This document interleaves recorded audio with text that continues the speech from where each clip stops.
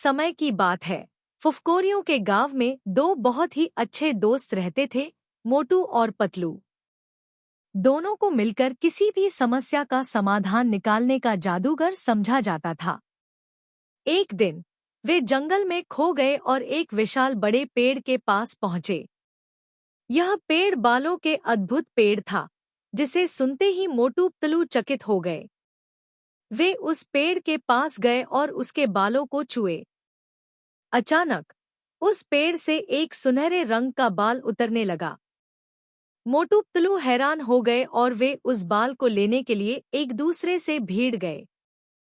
पतलू बोले, मोटू, इस बाल को हमें लेना चाहिए। मुझे लगता है कि यह हमारे लिए कुछ विशेष हो सकता है।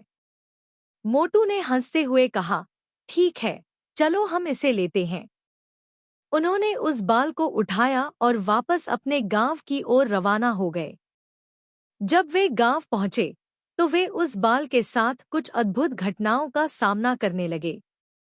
जब कोई गांव वाले उनकी बालों को छूते तो वे मैजिकल रंग में बदल जाते और फिर वापस से सामान्य रंग में लौट आते।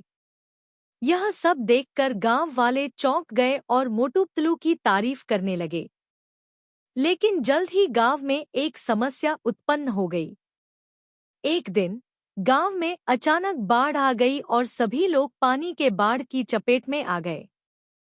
मोटू पतलू ने तुरंत विचार किया कि कैसे इस समस्या का हल निकाला जा सकता है।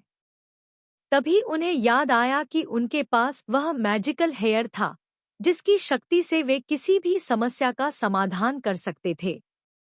उन्होंने वो बाल निकाले और उन्हें जल के ऊपर लगा दिया। मैजिकल हेयर के जादू से जल का स्तर उच्च और समस्या से निपट गई। सभी लोग मोटू पतलू की प्रशंसा करने लगे और उन्हें गांव के हीरो के रूप में स्वीकार किया। मोटू पतलू को अब पता चल गया कि उनके पास जादू के साथ साथ मजबूत दोस्ती भी है, जो किसी भी मुश्किल का सामना करने में मदद कर सकती है। इसके बाद से मोटू पतलू ने अपने गांव को और भी बेहतर बनाने के लिए जमीन और जंगल की रक्षा करना शुरू किया। उनकी मदद से गांव के लोगों ने साथ मिलकर अपने गांव को सुंदर बनाया और खुशहाली की राह पर अग्रसर हो गए। इस प्रकार मोटू पतलू ने अपनी जिंदगी को और भी रंगीन बना दिया और उनकी दोस्ती ने उन्हें हमेशा सफलता की ओर बढ़ावा दिया। Like, comment, share and subscribe my channel for cartoon video.